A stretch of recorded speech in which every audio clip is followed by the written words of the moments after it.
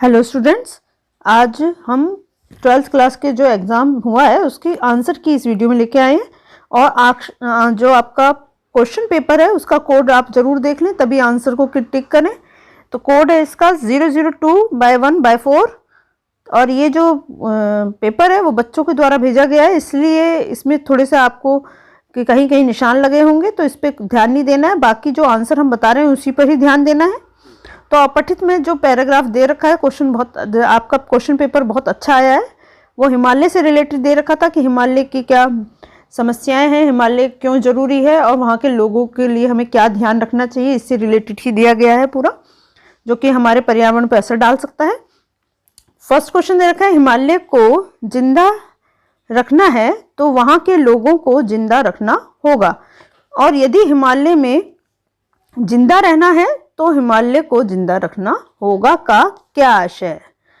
तो इसका आशय का इसका आंसर जो फर्स्ट है वो है ए, कि हिमालय के अस्तित्व को बचाए रखने के लिए वहां के निवासियों का अस्तित्व आवश्यक है। आंसर होगा ए। नेक्स्ट क्वेश्चन है, हिमालय क्षेत्र में पहाड़ ताश के पत्तों की तरह क्यों बिखर रहे हैं? तो इसका आंसर होगा आपका बढ़ती विकास व परियोजनाओं के कारण। गद्यांश के आधार पर विस्थापित शब्द का क्या अर्थ है? एक स्थान से हटाकर दूसरी जगह बसाया गया। आंसर होगा ए।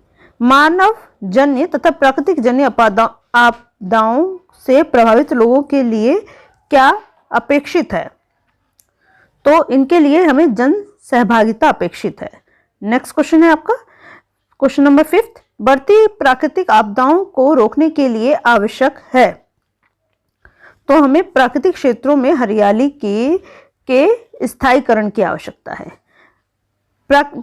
पर्वतीय क्षेत्रों में पलायन और खाद्य असुरक्षा को किस प्रकार कम किया जा सकता है? जैविक खेती के उत्पादन को बढ़ावा देकर। आंसर होगा सी। हिमालय क्षेत्रों में बढ़ती खाद्य असुरक्षा का कारण है जलवायु परिवर्तन। आंसर होगा सी। हिमालय क्षेत्र में दोहन क्यों हो रहा है? तो मानवीय जरूरतों की रक्षा व विकास के लिए दोहन हो रहा है। आंसर होगा डी। हिमालय क्षेत्र राज्यों में नित्य नए इको सेंसिटिव जोन, यानी ब्रैकेट में दे रखा है, पर्यावरण संवेदी क्षेत्र क्यों घोषित किए जा रहे हैं? तो यह वहां के जनजीवन की सुरक्षा के कारण। आंसर होगा बी। वहां की जनजीवन की सुरक्षा के कारण या प्राकृतिक? नहीं, यहां पर आंसर इसका डी आएगा, प्राकृतिक के कारण, प्राकृतिक सौंदर्य की रक्षा के लिए इन्होंने इसे फॉलो करा है। तो आंसर इसका 9th का दे रखा है। 1 मिनट, हम दोबारा से इसको क्वेश्चन को पढ़ लेते हैं। दोबारा दे रखा है, हिमालय राज्यों में नित्य नए इको सेंसिटिव जोन, प्राकृतिक संवेदी क्षेत्र क्यों घोषित किए जा रहे हैं? तो ये जो प्राकृतिक संवेदी क्षेत्र जो है जनजीवन की सुरक्षा के कारण। आंसर होगा बी ही ठीक आंसर है इसका।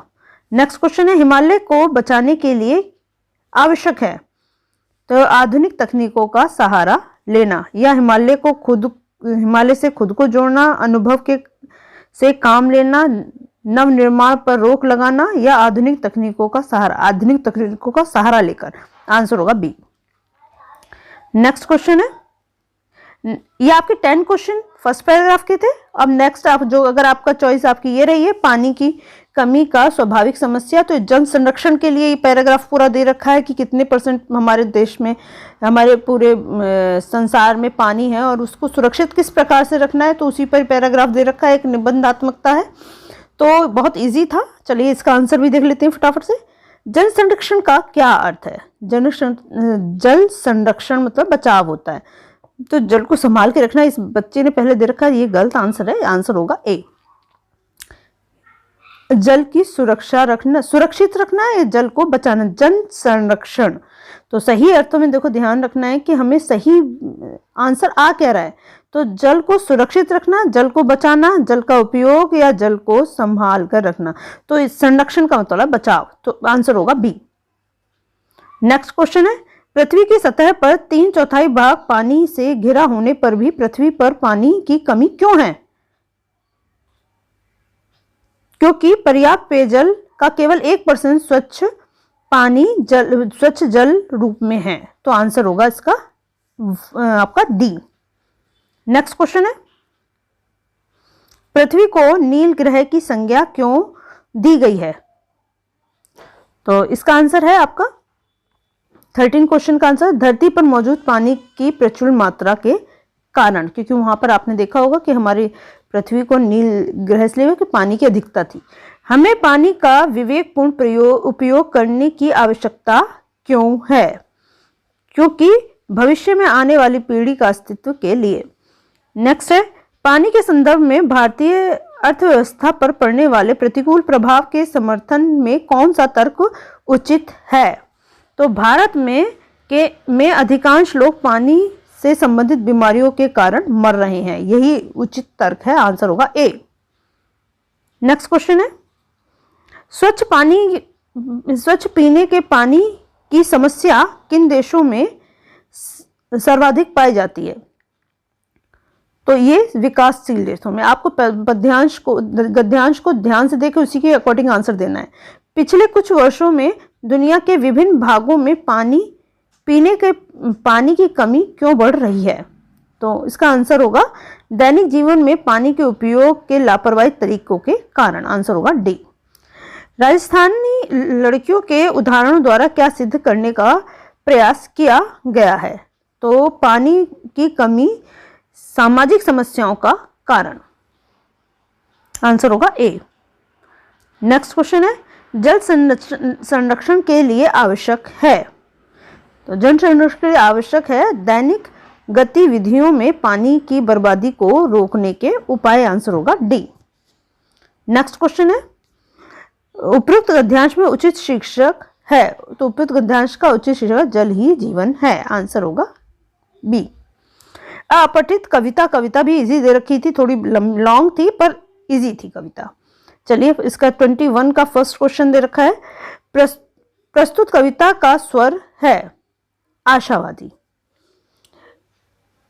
कालिमा तो दूर, छाया भी पलक पर थी न छाई का अभिप्राय क्या है? तो इसका अभिप्राय है कि कवि के जीवन में दूर दूर तक दुखों का नामो निशान न था। आंसर होगा ए। नेक्स्ट क्वेश्चन है कि कवि और कवि के मित्रों के बीच में कैसा संवाद था? तो इसका आंसर है आपका कि चुंबक और लोहे जैसा संवाद था। आंसर होगा ए। नेक्स्ट क्वेश्चन है,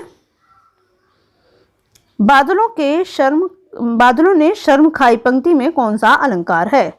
बादलों में शर्म खाई, तो इसको ध्यान में देते हुए इसमें मानवीयकरण दे रखा है, क्योंकि बादल शर्माते नहीं है, शर्म खाई मानवीयकरण है।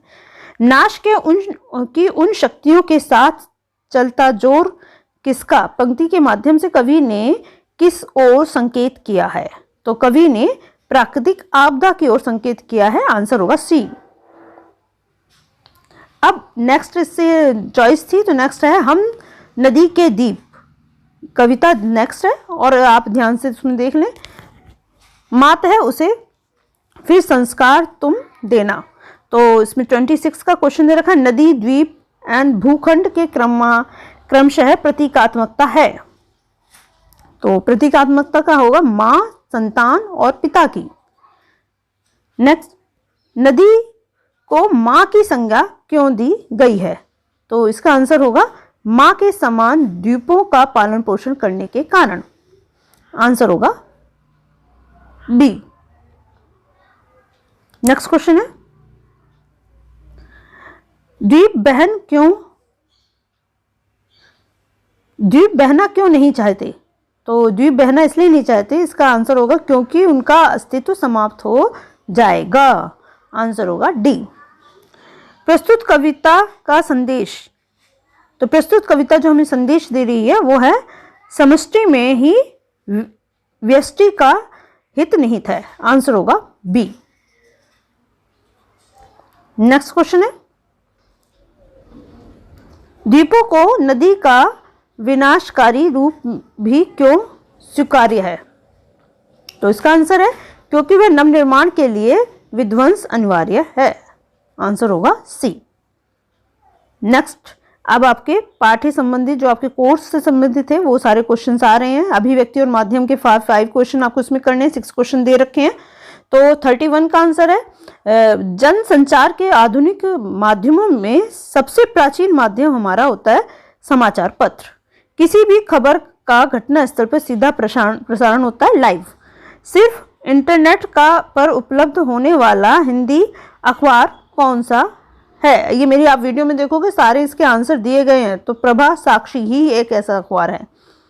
नेक्स्ट है, समाचार संगठन में निश्चित मानदेय पर काम करने वाला पत्रकार क्या कहलाता है? तो निश्चित मानदेय पर काम करने वाला पत्रकार अंशकालीन पत्रकार कहलाता है। आंसर होगा बी। समाचार लेखन की सर्वाधिक लोकप्रिय और मानक शैली है उल्टा पिरामिड शैली। आंसर होगा ए।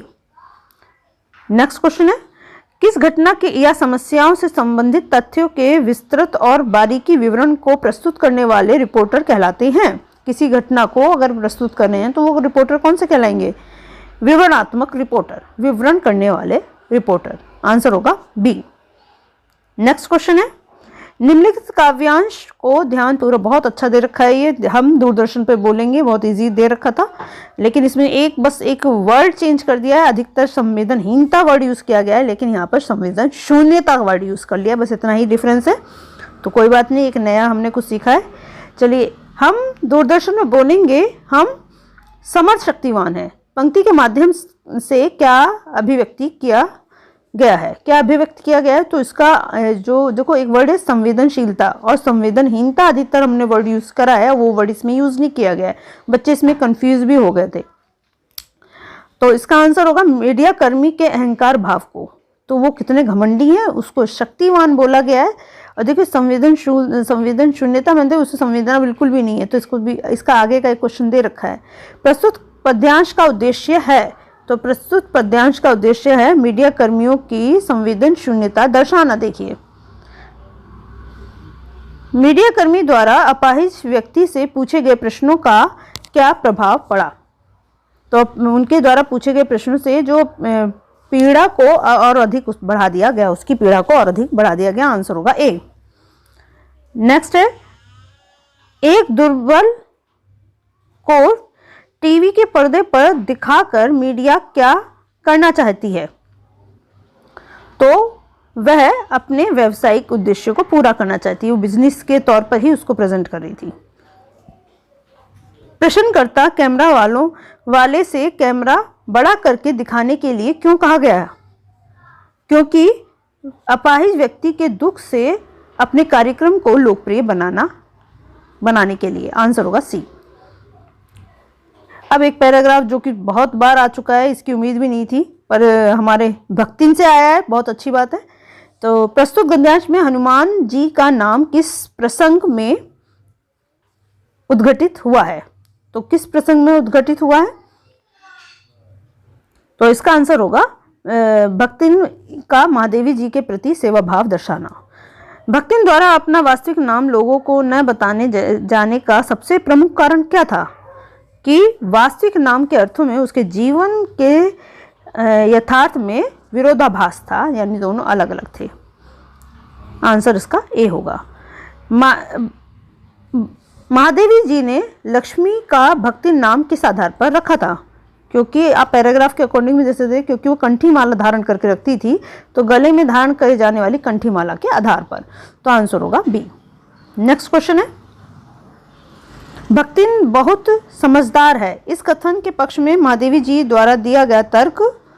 तो महादेवी द्वारा दिया गया तर्क था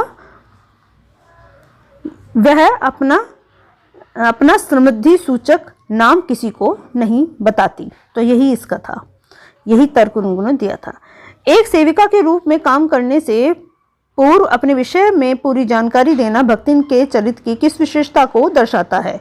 तो यह उसकी ईमानदारी की विशेषता को दर्शाता है। आंसर होगा बी। नेक्स्ट क्वेश्चन है जो कि आपके पाठ और कविता दोनों से 5 मार्क्स का है, वो देख लीजिए। कि बाजार का जादू किसे कहा गया है? बाजार दर्शन पाठ के आधार पर बताइए।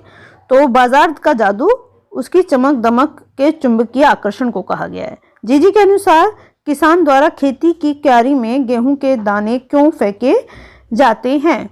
तो उस धरती के को अन्न का दान देकर उससे और अधिक प्राप्त करने के लिए। आंसर होगा सी। नेक्स्ट, पहलवान की ढोलक, ये आपका सत्र 2 का आ गया है, टर्म 2 का आ गया है, लेकिन कोई बात नहीं। अब देखते हैं सीबीएसई इस पे क्या डिसीजन लेती है। तो इसका है, पहलवान की ढोलक के आधार पर लुट्टन ने सर्वाधिक हिम्मत कब दिखाई? जब उसके बेटों की मृत्यु हो गई थी। तो ये अपने आप में भी एक सिद्ध होता है। दिन जल्दी ढलता है कविता में चिड़िया के पंखों में आई चंचलता का कारण है। आई चंचलता का कारण बच्चों से मिलने का है, यानी वो बच्चे भूखे प्यासे होंगे इस चीज को सोचकर। कविता के बहाने कवि के आधार पर बताइए कि कविता की उड़ान और चिड़िया की उड़ान में क्या अंतर है? तो इसका आंसर होगा कि कविता की उड़ान असीमित है और चिड़िया की उड़ान सीमित है। आंसर होगा बी। सहज स्वीकारा है कविता में मुक्ति बोध ने जीवन के प्रत्येक परिस्थिति को सहज क्यों स्वीकारा है? क्योंकि कारण ये था कि वह उसे जीवन के प्रत्येक परिस्थिति में अपने प्रिय के का संवेदन महसूस होता है। आंसर होगा सी। अब 5 क्वेश्चन आपके दे गए वितांत से। चलिए, सिल्वर वेडिंग कहानी के आधार पर बताइए कि दफ्तर में यशोधर बाबू ने कर्मचारी क्यों परेशान रहते थे? क्योंकि जो यशोधर बाबू के कारण, उनके जो दफ्तर में देर तक रुक पाने के कारण। यशोधर बाबू, आंसर इसका ए है। यशोधर बाबू को अपने बच्चों की कौन सी बात आपत्तिजनक लगती थी? तो इसका आंसर होगा मानवीय संबंधों और संस्कारों की उपेक्षा। आंसर होगा डी।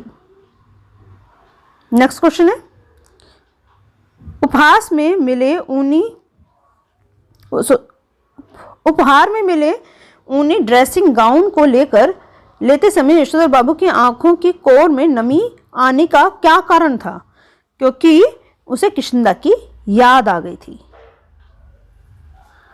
कि वे बच्चों के उपहास पाकर भावुक हो गए थे, या बच्चों द्वारा घर की जिम्मेदारी उन्हीं के कंधों पर डाल दी गई थी, या भरे पूरे परिवार के बीच स्वयं को अकेला पा रहे थे।